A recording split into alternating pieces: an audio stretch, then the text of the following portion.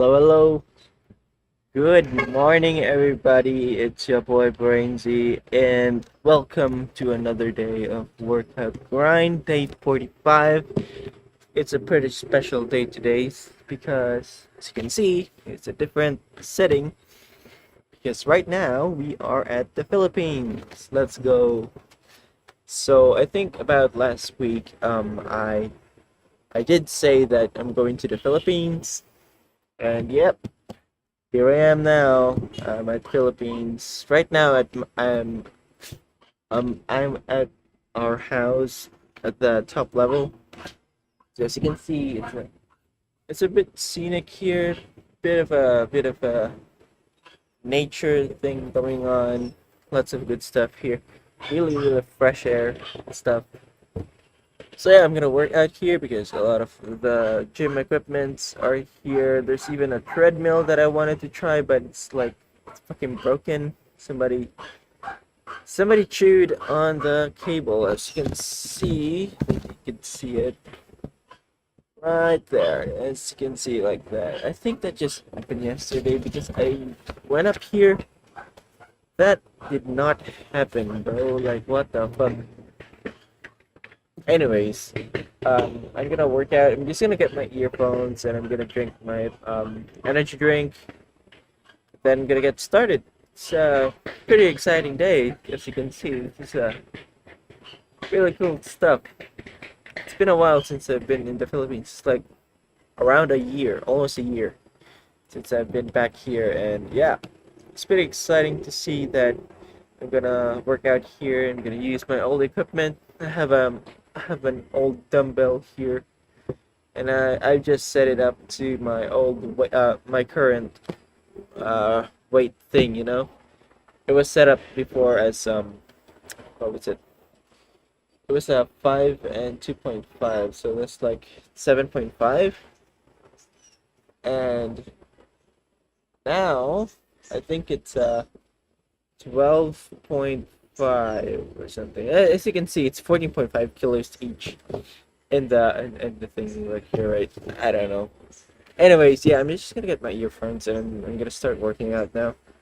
We'll see what happens tomorrow because supposedly I was gonna do like cardio here and then work out tomorrow, then cardio again, something like that.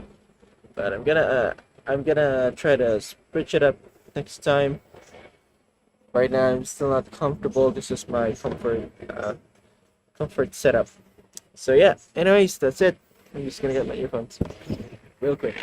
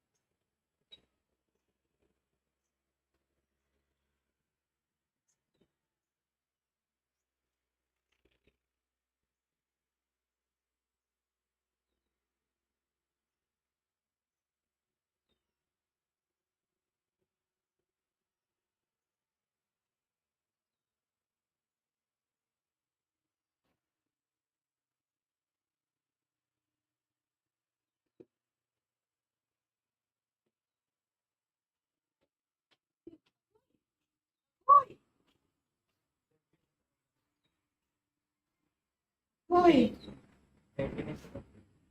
Kahapon, wala. Ito papunta din tayo.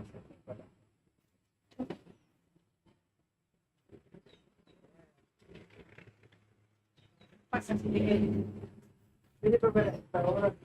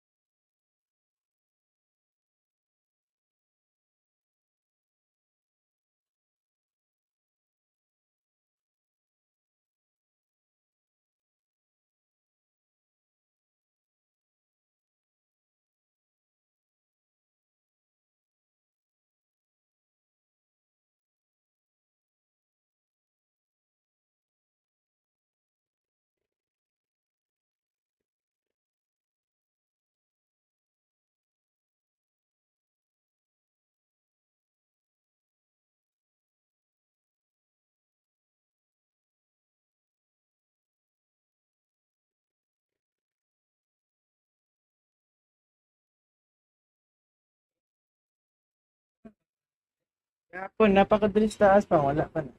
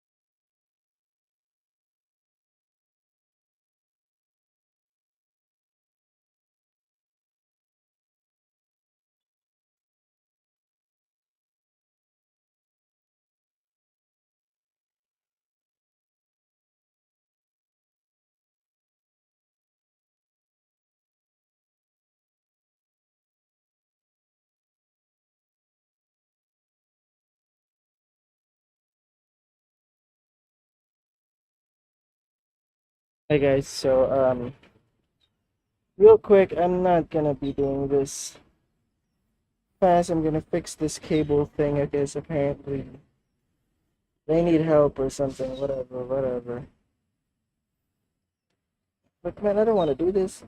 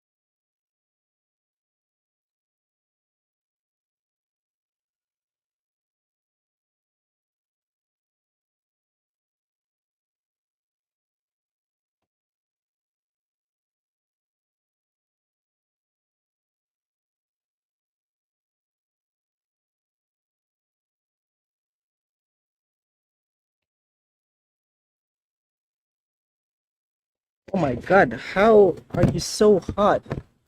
You're just opening Spotify. I mean, OBS.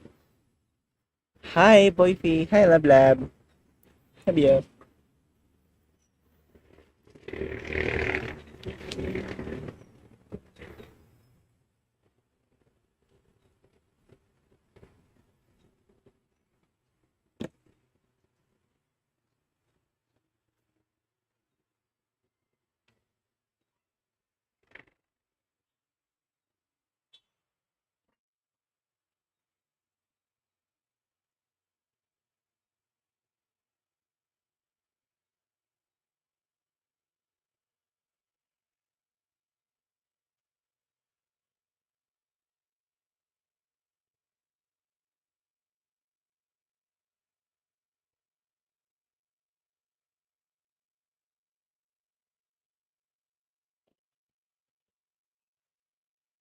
Oh, are you so hot, man?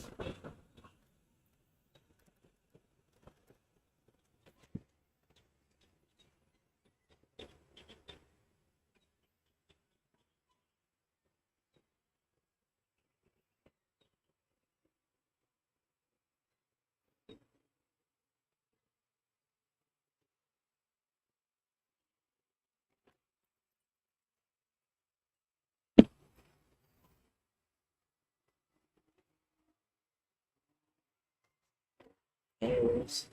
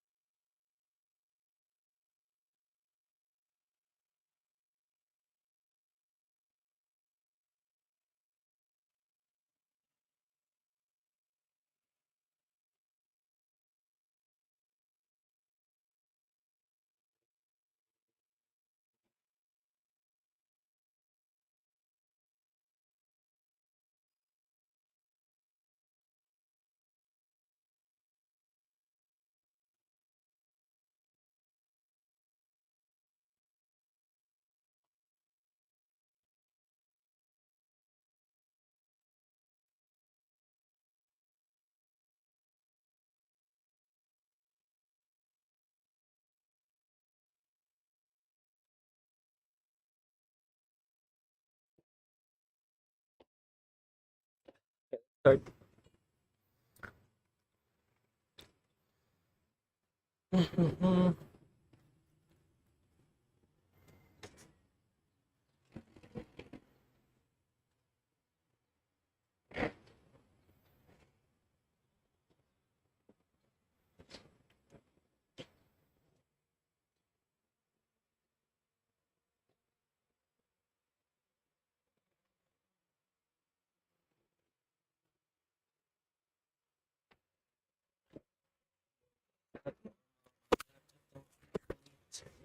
Eat up, bro.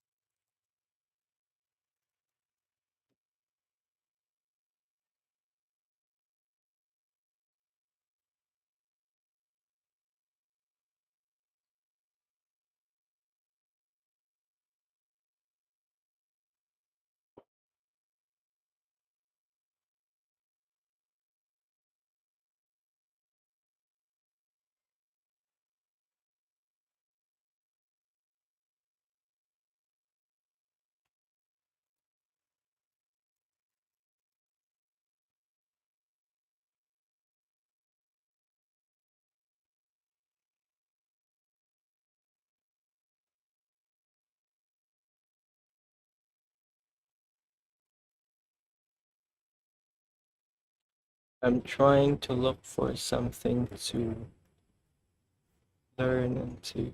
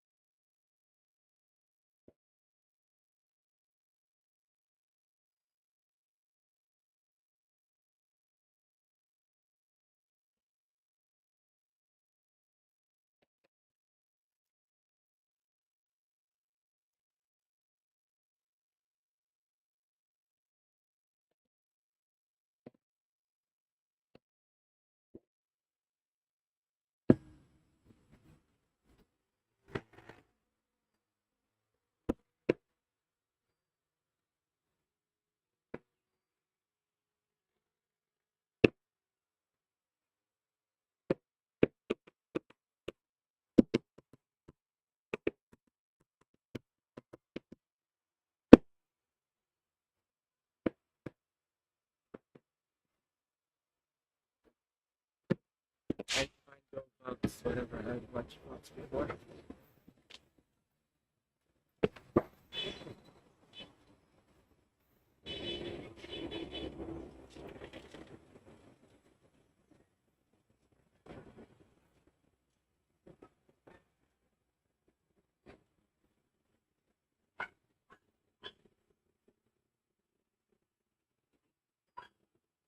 There's a reason why, but it doesn't have to be this way.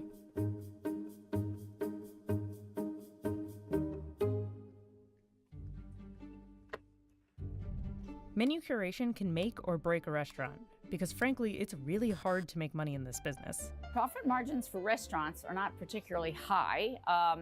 It's interesting because so many people want to go into the restaurant business because they think it's glamorous or whatever. It's definitely less than 10%. Catherine Gordon teaches restaurant and culinary management at the Institute of Culinary Education in New York. The revenue is going to come in on the food and the beverage sales, and then there's going to be the cost of goods to support those food and beverage sales. Things like ingredients and staff salaries, rent, electricity, and more. What's left is a low number, and then of course it has to be taxed after that. The menu is really their one chance to maximize profits, but it's a delicate balance. Charge too much and people won't buy it. Charge too little and you'll miss out. When priced right, the entrees will bring in the most profit. And it's not really a secret that drinks are relatively cheap to make and easy to upcharge, both alcoholic and non-alcoholic. And people will often pay that multiple times throughout a meal. But outside of drinks and entrees, it's not so easy to make money. Look at appetizers, for example, with an average profit margin all the way down at 22%. Luckily, if you're savvy, there are ways to work appetizers into a menu and recoup the cost. So what people try to do is like what we call cross-utilization of product. For example, you can buy a full chicken cheaper than pieces of a chicken, and then You might be able to use the chicken bones after it's broken down for your base for your stock. And then that stock can become a sauce or it can become a soup, and you can sell that. And then you can sell like your chicken breast, like on a salad or something, you know, at lunch. And then you can have the chicken thighs in a dish at the dinner time. And then you might even have like little scrap pieces. And I don't know, you're selling chicken tacos at the bar, something like that, you know, so it's like full utilization. So when done properly, the menu fits together like a neat little puzzle. But desserts are sometimes hard to fit in. Making them is one thing, but making them well requires an entirely different skill set from the rest of the kitchen. Plus, You want that amazing wow kind of thing at your restaurant. You have to dedicate space, and not every place has it because the rents for how many square feet you're getting is just astronomical these days, and people just can't afford more little physical location. there's also ingredients to consider. Cream cheese and chocolate and nuts and things like that. You may not be using them in other parts of your menu. Desserts are one of the most expensive things to make in terms of ingredients. Ingredient costs in the world change like consumers see inflation as well. It's more than the egg inflation we've all been frustrated with. In 2018, the cost of vanilla skyrocketed due to a crisis in Madagascar. It's stabilized, but it's never really returned to where it once was. Bad weather in West Africa, where around 70% of the world's cocoa comes from, has led to dramatic increases as well. When all is said and done, desserts are tied with appetizers as the lowest average profit margins in restaurants, and one of the hardest to fit into that neat little menu puzzle. So when a restaurant is struggling, in-house pastry chefs are often the first to go, especially because restaurants can offer desserts at a much lower cost by outsourcing them entirely. Thus, the same desserts everywhere you go.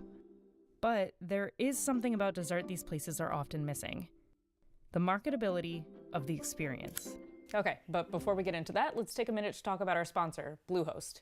If you need to build a website, Bluehost is trusted by over 5 million WordPress users globally.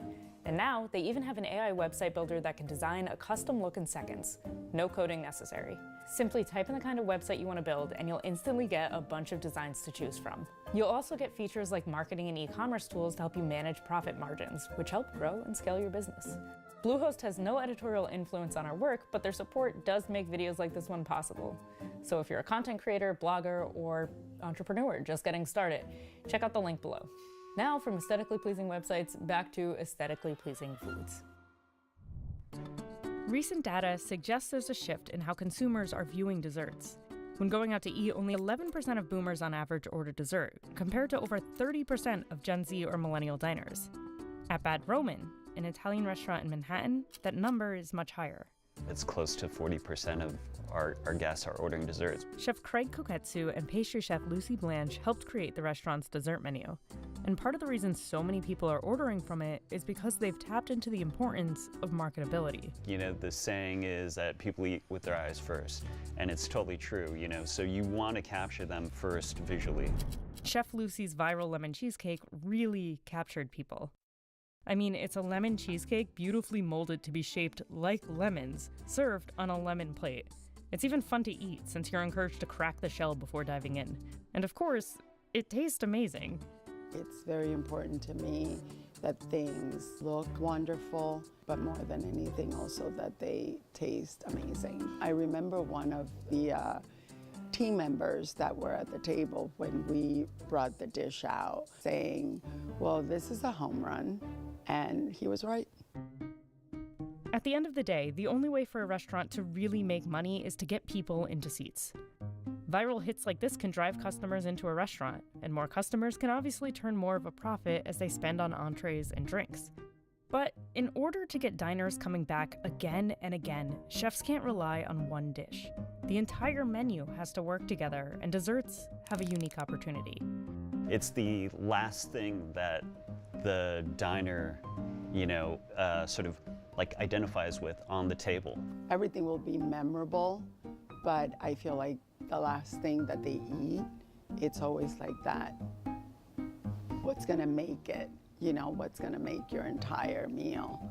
Dining out has always been about more than what you eat, and so that's how dessert can fit into this menu puzzle, as the final cherry on top of the experience that makes you want to come back and send your friends, and spend a little extra at the end.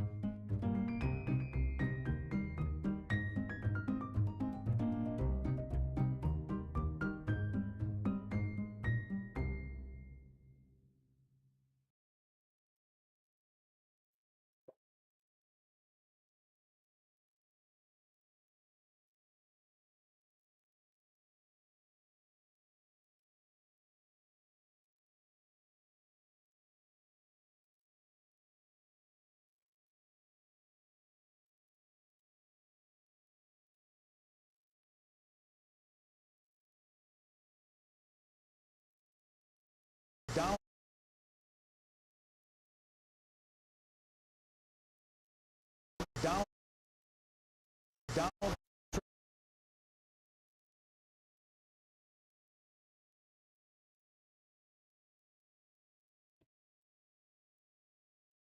Donald Trump will become the 47th President of the United States. I want to thank the American people for the extraordinary honor of being elected your 47th President and your 45th President.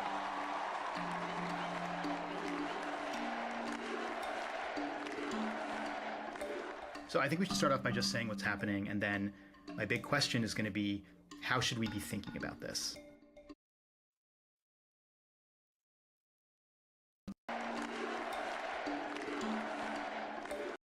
Thank the American people for the extraordinary honor of being elected your 47th President and your 45th President.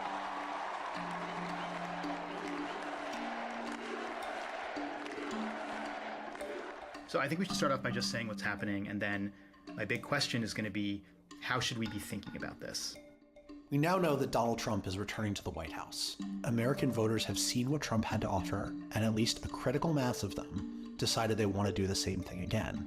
I called up some colleagues at Vox to ask what we should be making of this moment, and I ended up spending a long time talking to Zach. I'm Zach Beecham. I'm a senior correspondent at Vox. Zach writes about reactionary politics, the right wing, basically. And the thing that he really wanted me to understand is that even though the outcome of this election is the same as the 2016 election, the Trump who is about to become president is different. Donald Trump is much more organized.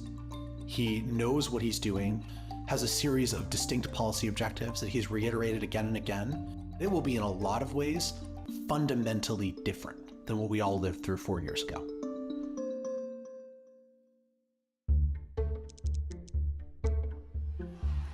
Lock up the Bidens. Lock up Hillary. Lock them up. The first time Trump was president, he wanted to do all sorts of very controversial things, and a lot of times he didn't actually end up doing them. One big example is wanting his critics and political opponents to be prosecuted. He was constrained by other parts of the political system, the guardrails of democracy. I'm Andrew Prokop. I cover politics. The guardrails encompass first Congress and the courts. But also within the executive branch, you have Trump's own appointees for top positions who often last time around proved unwilling to carry out some of the things he wanted to do. Then you also have the permanent civil service career employees that he can't fire at will. First of all, the courts have grown more conservative and more Trump-friendly since he put 3 of his own appointees in the Supreme Court. Congressional Republicans have grown much more pro-Trump.